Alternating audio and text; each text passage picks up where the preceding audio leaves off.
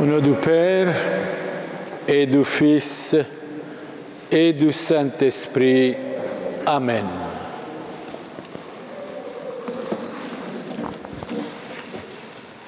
Frères et sœurs, les années passent vite, les semaines, les jours aussi. Hier comme maintenant, il y avait une foule immense dans l'église. Et beaucoup d'entre eux, bien sûr, ne sont pas ici. C'est comme quelqu'un dit, nous étions hier, ce n'est pas grave aujourd'hui. Précisément, nous devons donner l'importance aux choses qui ne sont pas graves, c'est-à-dire aux petites choses, aux petites fautes, aux petits manquements, les petites incompréhensions, les petites indigestions, et certainement, les grandes choses, toujours, sont composées de petites choses. Prenez un enfant, il est petit, il faut lui donner l'importance, il faut l'éduquer, il faut l'instruire, il faut bien former, bien catéchiser, bien christianiser.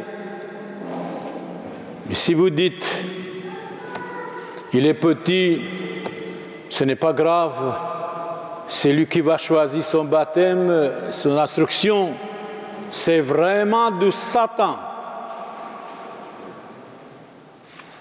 C'est l'ennemi de l'Église qui parle comme ça. Par exemple, ils vous disent, pour ne pas baptiser vos enfants, laissez-les grandir, c'est eux qui vont choisir.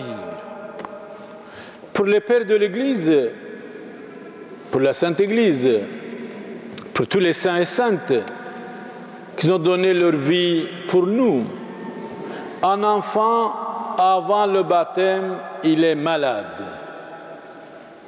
Il est dans le péché originel. Et un malade doit être soigné immédiatement.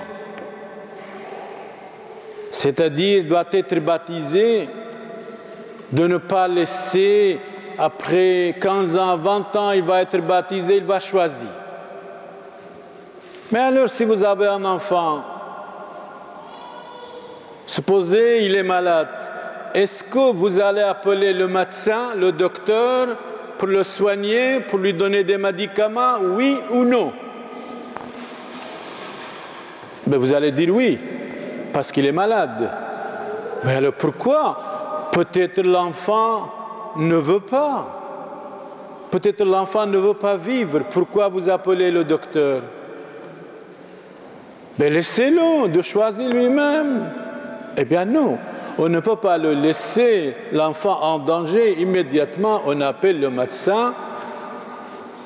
Le médecin va soigner l'enfant, donner les médicaments, vous allez à la pharmacie, vous occupez de tout cela.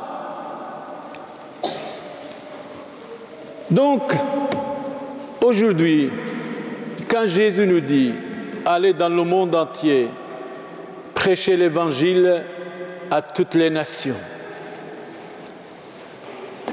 baptisez-les au nom du Père et du Fils et du Saint-Esprit. Et je suis avec vous jusqu'à la fin des temps, jusqu'à la fin du monde. Jusqu'à la fin du monde. Et n'ayez pas peur. Un chrétien, un catholique ne doit pas avoir peur de ses convictions, de sa religion, de sa messe. Un jour, j'ai prêché le devoir de l'homme, de faire son devoir, de dire « j'ai fait mon devoir, je suis un serviteur quelconque, un serviteur inutile ». C'est Jésus qui nous dit « faites votre devoir ». Et une famille m'a dit en sortant de l'église « non seulement un devoir d'un chrétien, d'un catholique d'assister à la Sainte Messe catholique, de nos parents, de nos ancêtres, de tous les saints, de tous les saintes, c'est un plaisir pour nous. C'est un plaisir. Je peux vous dire, les plaisirs du monde ne peuvent pas nous contenter. Et si chacun de nous, si nous entrons en nous-mêmes, nous disons, c'est vrai. J'ai voyagé, j'ai mangé, j'ai péché, j'étais partout, j'ai fait des sottises et des bêtises, n'a rien apporté. Je pèse mes mots. Tous ces saints et saintes de Dieu, ils ont commis des bêtises, des péchés, des manquements. Prenez par exemple Saint Augustin. Il avait même des enfants bâtards. Il avait même des enfants illégitimes. Aujourd'hui, Saint Augustin est le plus grand saint de l'Occident. Quand il a des conciles, des réunions à Rome, au Vatican ou ailleurs, il cite textuellement ce que Saint Augustin a dit. C'est comme quelqu'un dit Vatican a parlé, c'est du vrai. Avant, c'était comme ça. Vatican a parlé, c'est du vrai. Vatican ne peut pas mentir. Et tous les saints et saintes de Dieu, ils avaient aussi des manquements et un jour, ils se sont dit, ça ne colle pas, ça ne peut pas aller, ça n'amène à rien.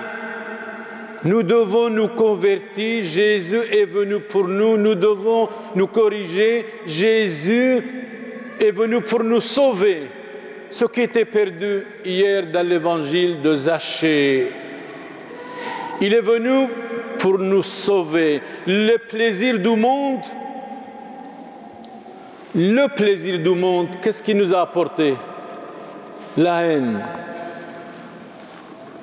les maladies,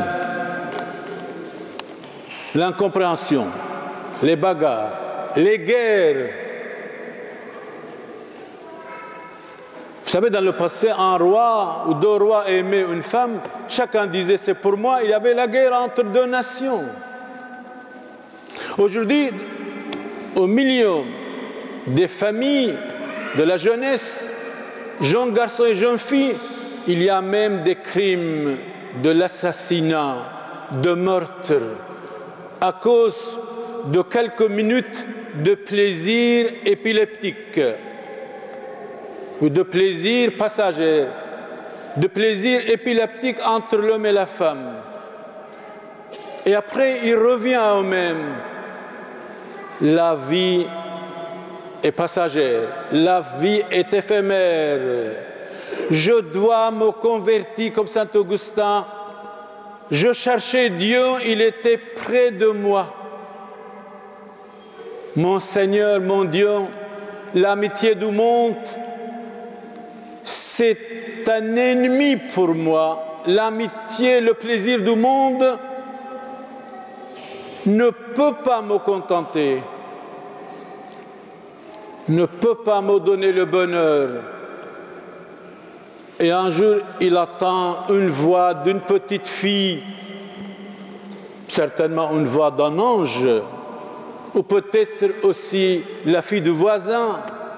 Elle criait, Augustin, Augustin, abandonnez les festins, abandonnez les plaisirs, abandonnez le débauche.